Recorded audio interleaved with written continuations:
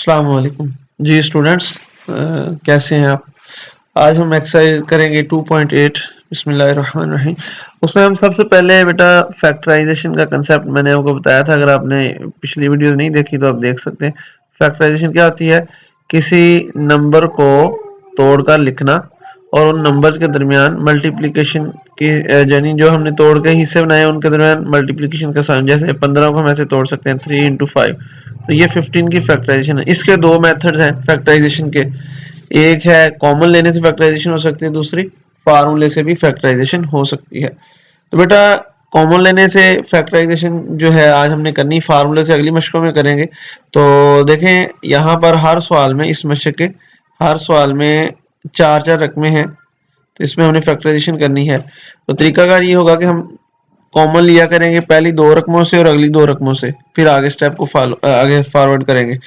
तो देखें पहली रकम ax और by है, फिर प्लस bx माइनस y। हमने पहले स्टेप में क्या किया कि हमने x वाली रकमों की तरतीब एक तरफ कर ली, यानी ये वाली x वाली थी और ये वाली x वाली थी, तो इनको लिखा, फिर y वाली आगे कर ली। अब हम कॉमन लेंगे। अगर हम ऐसे कॉमन लेंगे सवाल तो हो जाएगा, लेकिन फिर हो सकता है मुश्किल हो जाए। तो हमने इन दोनों रकमों में से x कॉमन लिया।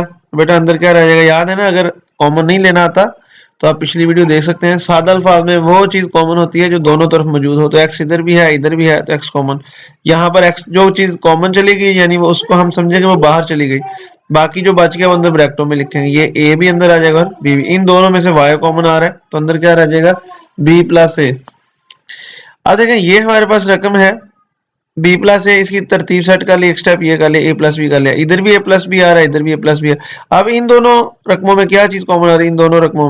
इन दोनों रकमों में वाज़ेह नजर आ रहा है हमें कि a प्लस बी कॉमन आ रहा है। तो बेटा a प्लस बी जब हमने कॉमन लिया तो आप देख सकते हैं अंदर क्या रह जाएगा?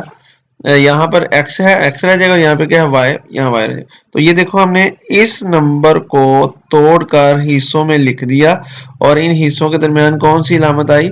ज़रब की इलामत आई। समझे ना बात? तो यस, हम कह सकते हैं कि ये इसकी फैक्टराइजेशन होगी। अब हम अगले क्वेश्चन की तरफ चलते हैं, यानी क्वेश्चन नंबर 2 की तरफ। क्वेश्चन नंबर 2 में हमें नजर आ रकम 2ab minus 6bc minus a plus 3c। इसमें भी बेटा हमने क्या किया? तरतीब सेट कर ली। ए वाली रकमों को पहले लिख लिया, एक ये वाली रकम थी और एक ये वाली, इसको पहले लिखा, और सी वाली रकमों को हमने बाद में लिखा। तो इन दोनों में से कॉमन क्या आ रहा है? ए कॉमन आ रहा है। यहाँ पे क्या रह जाएगा? 2 और बी रह जाएगा। इधर बेटा ए था वो कॉमन चल जाएगा। अभी ए का जो कोफिशिएंट है ना, जैसे यहाँ पे 1 है तो वो यहाँ लिख देना है, 0 नहीं लिखना, कोफिशिएंट लिखना होता है। अब यहाँ पे देख लें इन दोनों में रकमों में से, यानी इन दोनों रकमों में से क्या कॉमन आ रहा है? 3, और नंबरों में से भी कॉमन आ रहा है। 6 और 3 को कौन सा नंबर डिवाइड करता है? 3, और वेरिएबल में सी। 3 कितने बार 6 होता है? 2 बार। सी बाहर आ गया, यहाँ पे क्या रह गया था? बी, वो यहाँ अंदर लिख दिया। इस तरह बेटा ये 3c पूरा ही बाहर आ गया था, यहाँ पे कोफिशिएंट यहाँ पीछे बच जाएगा 1, तो 1 यहाँ पे। अब इन दोनों नंबरों में क्या कॉमन आ रहा है? इस रकम में और इस रकम में कॉमन क्या आ रहा है?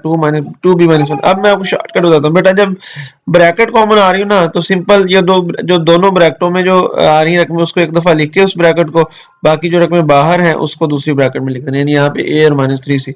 अब इस तरह क्वेश्चन नंबर 3 है, इन दोनों में से x कॉमन आ रहा है वो लिया, इन दोनों में से -3 कॉमन आ रहा है वो लिया, अंदर जो बचा वो लिख दिया। अब बेटा x प्लस टू को एक दफा लिखा और x माइनस 3 को आगे लिख दिया, ठीक है ना। आगे हम क्वेश्चन की तरफ चलते हैं। क्वेश्चन नंबर अगला क्वेश्चन है बेटा क्वेश्चन नंबर 8। तो 8 में आप देख सकते हैं ये हमारे पास वैल्यूज हैं। हमने पहली दो में से x कॉमन लिया तो ये रह गया, -4 कॉमन लिया ये, तो अब x माइनस 8 को एक दफा लिखा और x माइनस 4 को एक दफा लिखा, ये हमारा आंसर है। इसके बाद बेटा ये भी सवाल आपको नजर आ रहा है, इजी क्वेश्चन है, आसानी से आप देख सकते हैं। x कॉमन लिया, यहाँ से -2 कॉमन लिया, तो वो हमने इस तरह बेटा। इससे अगला क्वेश्चन नंबर 12 है, इजी क्वेश्चन है। y माइनस ए आ रहा था, इसको एक दफा लिखा, बाकी ये ब्रैकेट और ये ब्रैकेट को, इस रकम को और इस रकम को दूसरी ब्रैकेट में लिख दिया।